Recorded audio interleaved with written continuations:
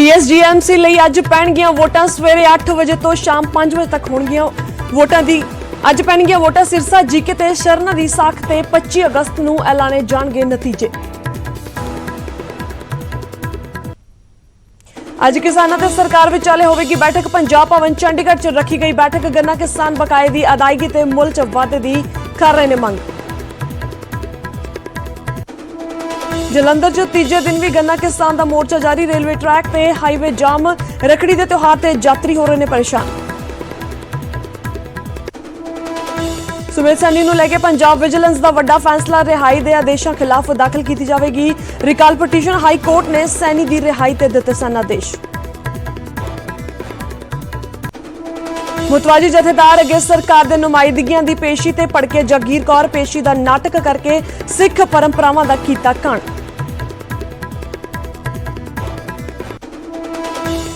हिमाचल के कंढा घाट च वापरिया हादसा। ट्रक दियां होईयां ब्रेकां फेल।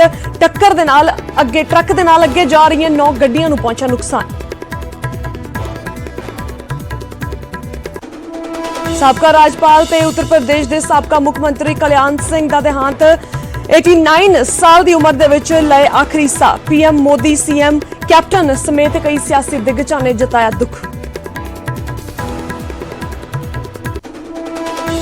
ਅੱਜ रखड़ी का मनाया जा रहा त्योहार। भैणां भरावां दे गुट ते बन रही ने रखड़ी ते भरावां दी लंबी उम्र दी कर रही ने दुआ।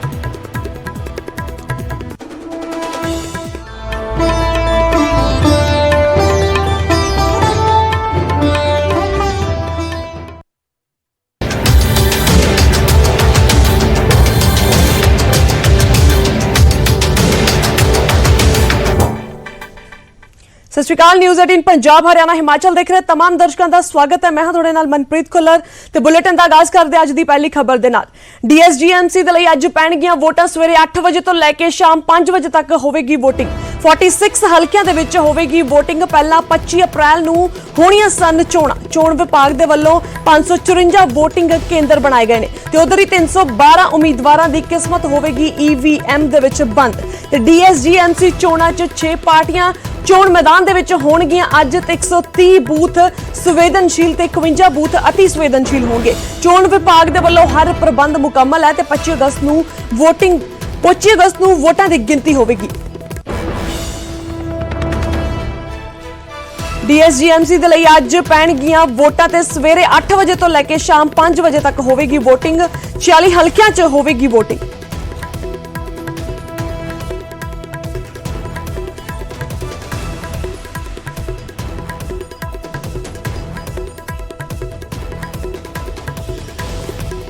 दिल्ली गुरुद्वारा कमेटी के सारे 46 चोण हलकियां च वोटिंग। 6 रजिस्टर्ड पार्टियां ते आजाद उम्मीदवारों समेत कुल 312 उम्मीदवार चोण मैदान च होणगे। 25 अगस्त नूं होवेगी वोटिंग दी गिनती। उधर 3,42,065 सिख वोटर कर रहे ने वोटां दी वरतों ते वोटर सूची विच 1,70,695 मर्द वोटर हैं ते महिला वोटरां दी गिनती 1,71,370 है। उधर ही वोटर सूची च फोटो वाले वोटरां दी गिनती 2,71,205 है। 90,000 के करीब फर्जी वोटरां नूं कट्टिया गया है। विचों ते 47,590 वोटरां दे नां ते सूची च जोड़े गए ने। साल 2017 दीयां चोणां च 3,86,000 तो ज्यादा सिख वोटर सन।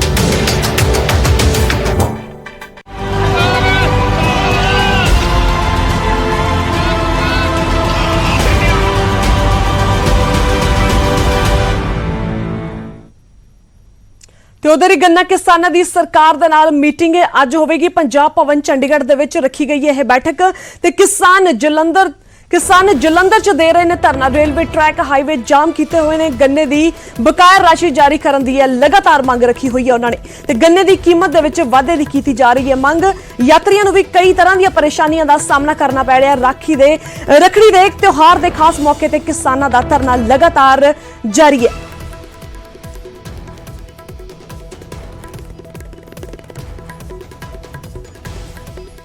गन्ना किसानां ने कीमत च वाधे ते बकाए दी मंग नूं लैके कौमी मार्ग बंद किया होया। रेलवे ट्रैक ते मोर्चा लगाया होया जिस करके रेलवे आवाजाही पूरी तरह ठप है।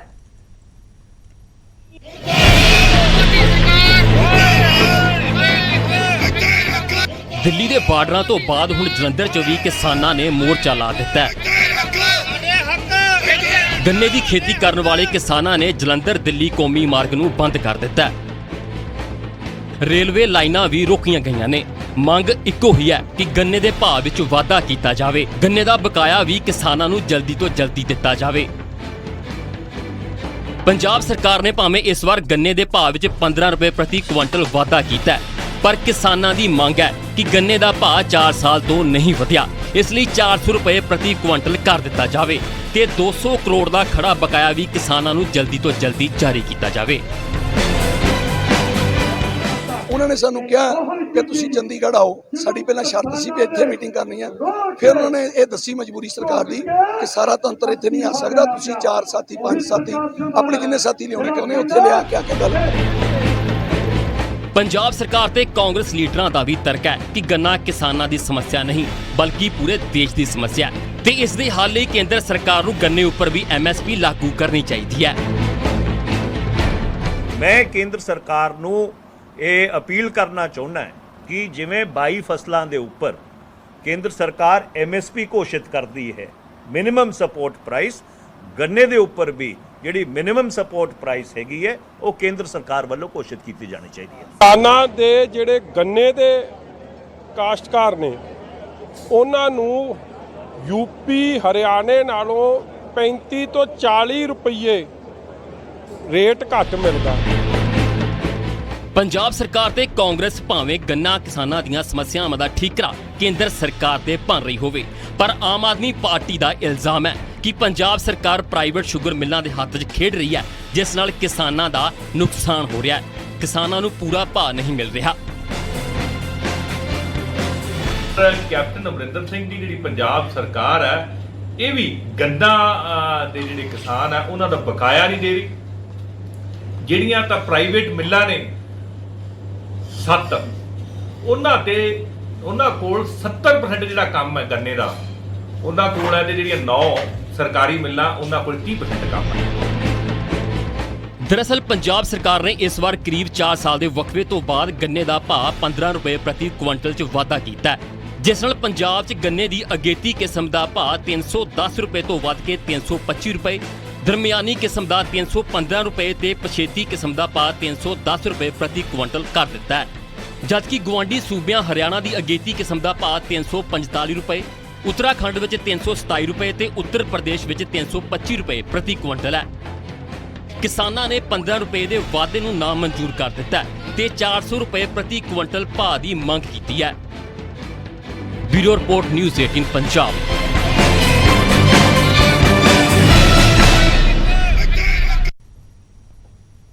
ਤੇ ਉਧਰ ਹੀ ਕਿਸਾਨਾਂ ਦੀਆਂ ਮੰਗਾਂ ਤੇ ਸੁਖਬੀਰ ਬਾਦਲ ਬੋਲੇ ਨੇ ਕਿ ਗੰਨੇ ਦੀ ਕੀਮਤ 380 ਰੁਪਏ ਪ੍ਰਤੀ ਕੁਇੰਟਲ ਦੀ ਮੰਗ ਤੇ ਕਿਸਾਨਾਂ ਦੀ ਬਕਾਇਆ ਰਾਸ਼ੀ ਤੁਰੰਤ ਜਾਰੀ ਕਰਨ ਦੀ ਮੰਗ। ਸਰਕਾਰ ਦੇ 4 ਸਾਲਾਂ ਬਾਅਦ ਨਿਗੁਣਾ ਵਾਅਦਾ ਕੀਤਾ। ਸਾਡੀ ਸਰਕਾਰ 380 ਰੁਪਏ ਪ੍ਰਤੀ ਕੁਇੰਟਲ ਤੈਅ ਕਰੇਗੀ।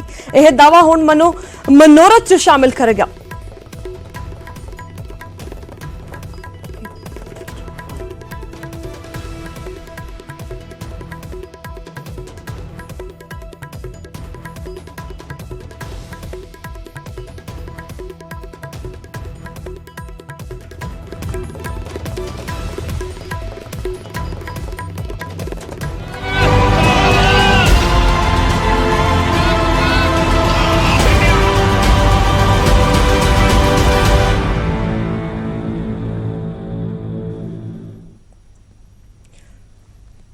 ਸੁਮੇਧ ਸੈਣੀ ਦੀ ਰਿਹਾਈ ਖਿਲਾਫ ਪਟੀਸ਼ਨ ਵਿਜੀਲੈਂਸ ਹਾਈ ਕੋਰਟ 'ਚ ਦਾਖਲ ਕਰੇਗੀ। ਰਿਕਾਲ ਪਟੀਸ਼ਨ ਰਿਹਾਈ ਦੇ ਆਦੇਸ਼ਾਂ ਖਿਲਾਫ ਦਾਖਲ ਕੀਤੀ ਜਾਵੇਗੀ। ਪਟੀਸ਼ਨ ਵਿਜੀਲੈਂਸ ਦੇ ਸੁਮੇਧ ਸੈਣੀ ਨੂੰ ਕੀਤਾ ਸੀ ਗ੍ਰਿਫਤਾਰ ਤੇ ਉਧਰ ਹਾਈ ਕੋਰਟ ਨੇ ਸੈਣੀ ਦੀ ਗ੍ਰਿਫਤਾਰੀ ਨੂੰ ਕੀਤਾ ਸੀ ਰੱਦ। ਸੈਣੀ ਦੀ ਰਿਹਾਈ ਦੇ ਦਿੱਤੇ ਸਨ ਆਦੇਸ਼।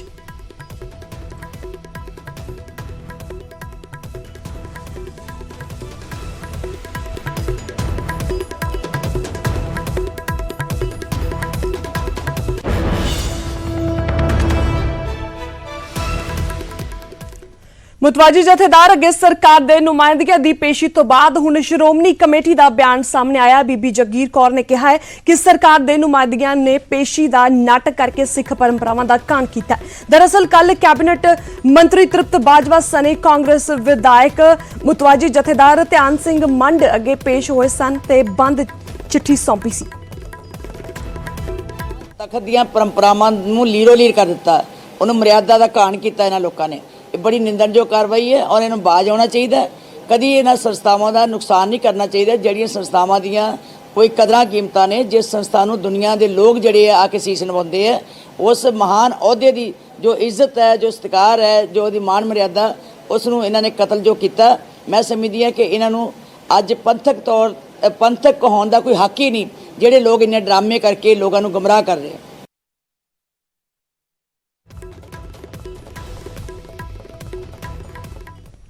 ਚੰਡੀਗੜ੍ਹ 'ਚ ਪੰਜਾਬ ਬੀਜੇਪੀ ਕੋਰ ਕਮੇਟੀ ਦੀ ਹੋਈ ਬੈਠਕ 2022 ਦੀਆਂ ਚੋਣਾਂ ਨੂੰ ਲੈ ਕੇ ਕੀਤੀ ਵਿਚਾਰ ਚਰਚਾ।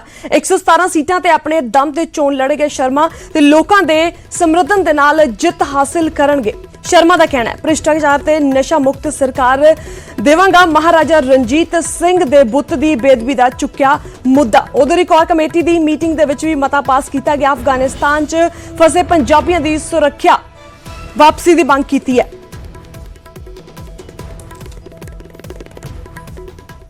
ਅੱਜ ਭਾਰਤੀ ਜਨਤਾ ਪਾਰਟੀ ਪੰਜਾਬ ਯੂਨਿਟ ਦੀ ਕੋਰ ਕਮੇਟੀ ਦੀ ਬੈਠਕ ਹੋਈ ਹੈ। ਸੋ ਉਹਦੇ ਉੱਤੇ ਜੋ ਅੱਜ ਦੇ ਜਿਹੜੇ ਹਾਲਾਤ ਹੈ ਉਸ ਦੇ ਉੱਤੇ ਸਾਰੀ ਨਜ਼ਰਸਾਨੀ ਹੋਈ ਹੈ ਔਰ ਜੋ ਕੁਝ ਪਿਛਲੇ ਦਿਨੀ ਪਾਕਿਸਤਾਨ 'ਚ ਵਾਪਰਿਆ, ਅਫਗਾਨਿਸਤਾਨ 'ਚ ਵਾਪਰਿਆ, ਉਸ ਦੇ ਲਈ ਵੀ ਜਿਹੜਾ ਹੈਗਾ ਵਿਚਾਰ ਕੀਤਾ ਗਿਆ। ਦੇਖੋ ਸਟ੍ਰੈਟਜੀ ਜਿਹੜੀ ਹੈਗੀ ਹੈ ਸਾਡੀ ਡਿਸਕਸ ਹੋਈ ਪੂਰੀ ਤਰ੍ਹਾਂ। ਸੋ ਆਉਣ ਵਾਲੇ ਸਮੇਂ ਦੀ ਸਾਰੀ ਸਟ੍ਰੈਟਜੀ ਜਿਹੜੀ ਹੈਗੀ ਹੈ ਉਹ ਤੁਹਾਨੂੰ ਪਤਾ ਲੱਗ ਜਾਏਗਾ। ਜਿੱਥੇ ਤੱਕ ਸਵਾਲ ਹੈਗਾ ਅਸੀਂ 117 ਸੀਟਾਂ ਦੇ ਉੱਤੇ ਲੜ ਰਹੇ ਹਾਂ ਔਰ ਆਉਣ ਵਾਲੇ ਸਮੇਂ ਵਿੱਚ ਭਾਰਤੀ ਜਨਤਾ ਪਾਰਟੀ ਸਰਕਾਰ ਆਏਗੀ। ਪੰਜਾਬ ਦੇ ਵਿੱਚ ਭਾਰਤੀ ਜਨਤਾ ਪਾਰਟੀ ਸਰਕਾਰ ਬਣਾਏਗੀ, ਇਹ ਮੈਂ ਦਾਅਵੇ ਨਾਲ ਕਹਿਣਾ।